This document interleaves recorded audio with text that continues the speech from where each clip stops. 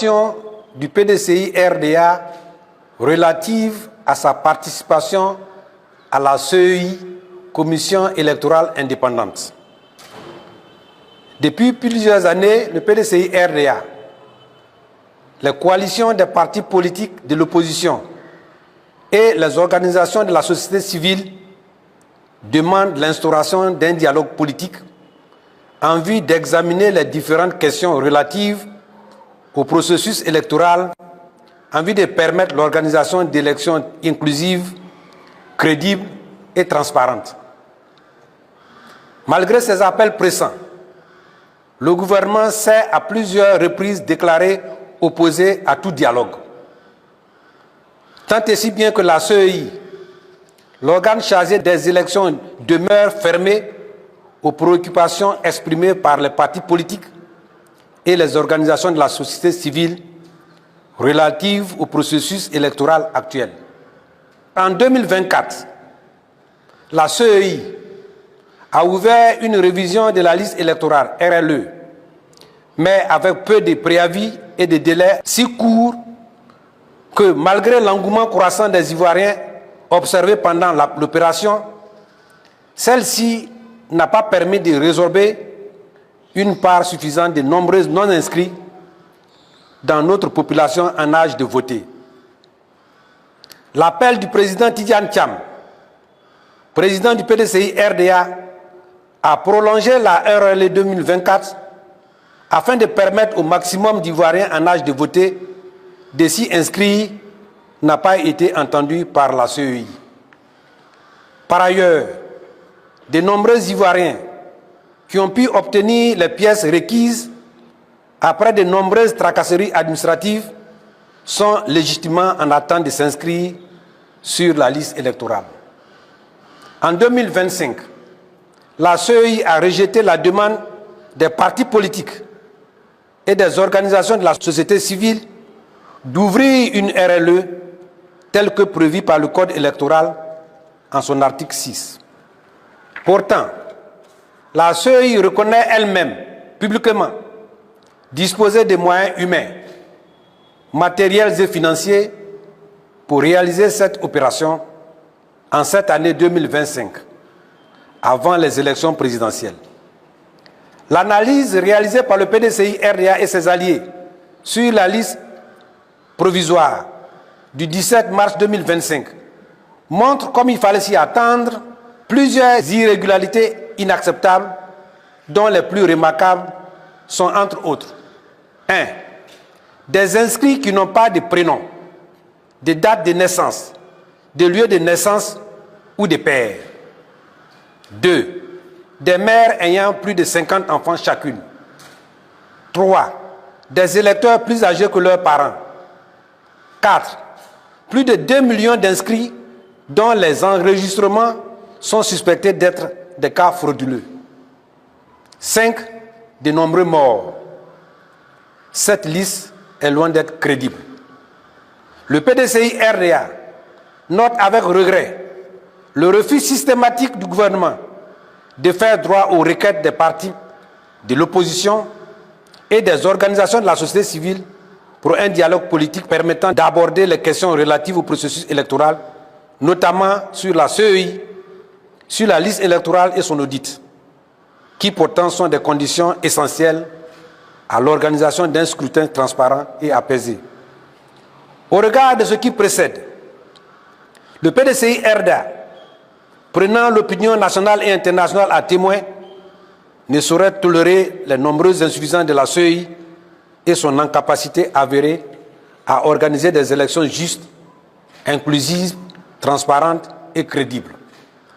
Face au refus systématique du dialogue politique pour améliorer un système décrié par tous, exception faite du parti au pouvoir qui y trouve son compte, le PDCI RDA demande, dès cet instant, à son représentant de suspendre sa participation aux travaux de la CEI centrale jusqu'à nouvel ordre. Cette instruction ferme étant valable pour tous ces représentants intervenant dans les structures locales de la CEI. Le PDCI RDA, parti de dialogue, d'ouverture et de progrès, bénéficiant du soutien de ses alliés de la coalition, exige, premièrement, l'ouverture du dialogue politique de manière pressante afin d'éviter une autre crise à notre pays. Deuxièmement, la réforme de la CEI en vue de la rendre totalement indépendante. Troisièmement, l'audit du fichier électoral. Fait à Abidjan le 11 avril 2025, le président Tidjane Thiam, président du PDCI RDA, est par ordre le porte-parole. Je vous remercie. Chers amis de la presse, nous voulons encore vous dire merci d'être venus aussi nombreux ce matin pour nous écouter. Vous avez appris ce matin, comme nous tous, que le juge du référé s'est déclarée incompétente sur le dossier de Mme Yapo Valérie contre le PDCI RDA. Vous savez qu'elle, dans son dossier notamment, elle insistait sur le fait que notre président n'était pas ivoirien au moment où il a été élu président de notre parti. Voilà. Ce qu'on peut dire là-dessus, dans tous les cas, c'est que nous pensons que c'est une décision juste. La justice, nous l'espérons, a pris en compte le fait que c'est un débat purement politique. Elle n'a pas la responsabilité de s'immiscer dans les questions politiques. Nous espérons que c'est un premier signal important pour que personne dans ce pays n'utilise la justice comme un porte-avions pour arriver à ses fins. Voilà ce que je peux vous dire sur la question. Mais nous avons saisi aussi l'occasion pour féliciter nos militants et militantes qui sont venus nombreux et nombreuses pour soutenir notre parti d'abord, soutenir aussi notre président, parce que nous sommes à un virage historique de notre nation. Je l'ai dit tout à l'heure, je vous le répète, M. Ouattara et son équipe ont pris ce pays depuis 15 ans maintenant. Ils nous ont vendu que l'illusion du développement. La Côte d'Ivoire aujourd'hui est classée parmi les IDH les plus faibles du monde. Nous sommes 166e, je crois, ce qui est vraiment pas glorieux pour notre pays. Sur le système éducatif, notre position aussi en Afrique subsaharienne, nous sommes parmi les derniers. Sur le plan de la santé, nous sommes aussi parmi les derniers. Notre jeunesse est aux abois, sans emploi. Le taux de chômage dans ce pays atteint des niveaux de plus de 66% dans certaines régions, même des régions du Nord, pour lesquelles ils sont censés avoir mené une déstabilisation de notre nation. Donc nous avons saisi l'occasion pour dire aux Ivoiriens, aux Ivoiriennes, à nos militants, qu'il y a deux projets qui s'affrontent. Un projet de ceux qui veulent continuer à berner notre nation, à l'enfoncer davantage. Et puis il y a les Ivoiriens, les Ivoiriennes qui connaissent l'histoire de cette nation, qui savent comment nos aînés se sont battus, comment les femmes ont marché à Bassam pour l'indépendance, comment nos parents ont été libérés des travaux forcés de colonialisme. Il y a un fils qui s'appelle Tidjane Thiam, qui se trouve être, par une heureuse coïncidence, le petit-fils de Félix Houphouët-Boigny, qui a décidé de soutenir, d'apporter sa contribution, de se mettre au service de sa nation pour la sauver, pour la libérer du naufrage dans lequel M. Ouattara et son équipe veulent définitivement la plonger. Donc voilà, nous sommes heureux que notre président soit maintenant prêt pour le combat. Il a déposé son dossier hier à la commission centrale du PDCI RDA. Il est malheureusement le candidat unique, mais ça aussi, c'est beaucoup de gens ont fait beaucoup de gesticulations, mais c'est au parti que se passe la démocratie. Chacun était appelé à déposer sa candidature, et puis c'était donc dans la liberté, dans la responsabilité que nous allons organiser ces élections, et il est loisir aux militants et militantes de confirmer la volonté que nous avons exprimée au Congrès extraordinaire Yamoussoukro. Donc voilà, notre président donc est prêt à mener le combat avec nous. Nous allons l'élire par la grâce de Dieu le 16 avril prochain dans les conventions éclatées, et ensuite nous allons nous préparer à l'élection présidentielle.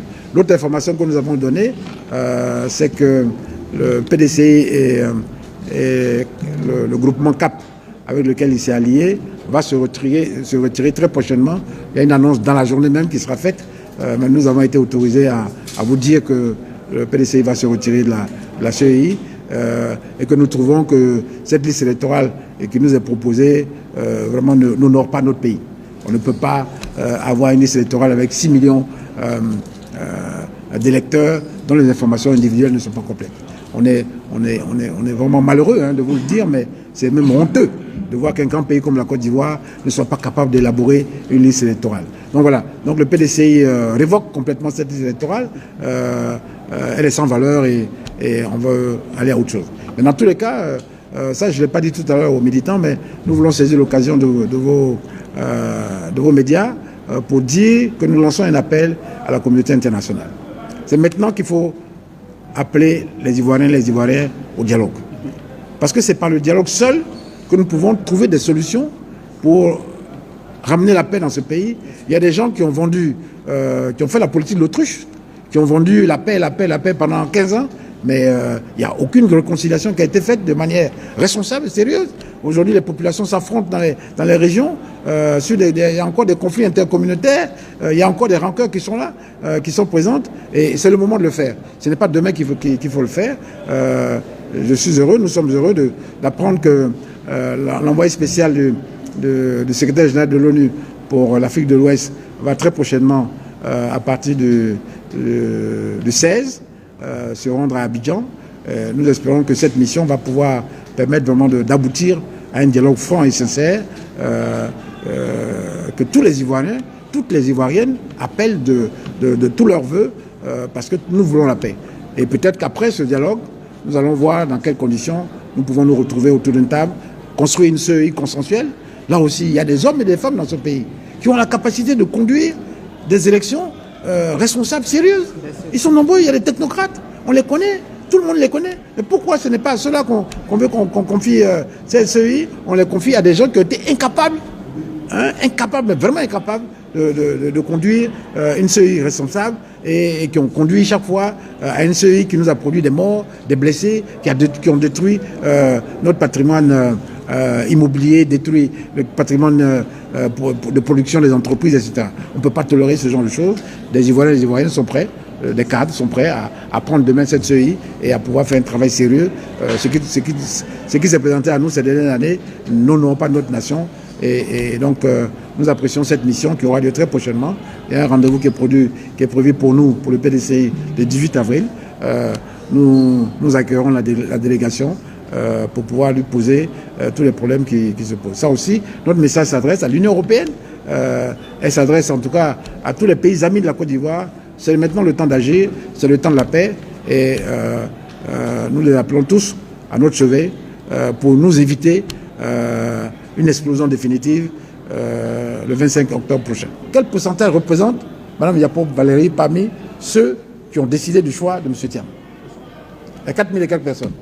Elle était une sur 4000, ça vaut combien d'après vous? Ça vaut 0,00 et 0. Ça vaut epsilon. Est-ce qu'on laisse epsilon impacter la vie d'un parti aussi sérieux que le PDCI? C'est fondé en 1946. Ce n'est pas une affaire d'hier. Nous sommes le deuxième grand parti africain. Alors on ne joue pas avec ce parti-là. Et c'est important pour les militants, mais c'est aussi important pour notre pays. Le PDCI était patrimoine de la Côte d'Ivoire. C'est ça qu'il faut retenir. Donc personne n'a le droit de jouer avec le patrimoine de notre pays. Voilà. Même s'il s'appelle Yapo Valérie. Merci beaucoup.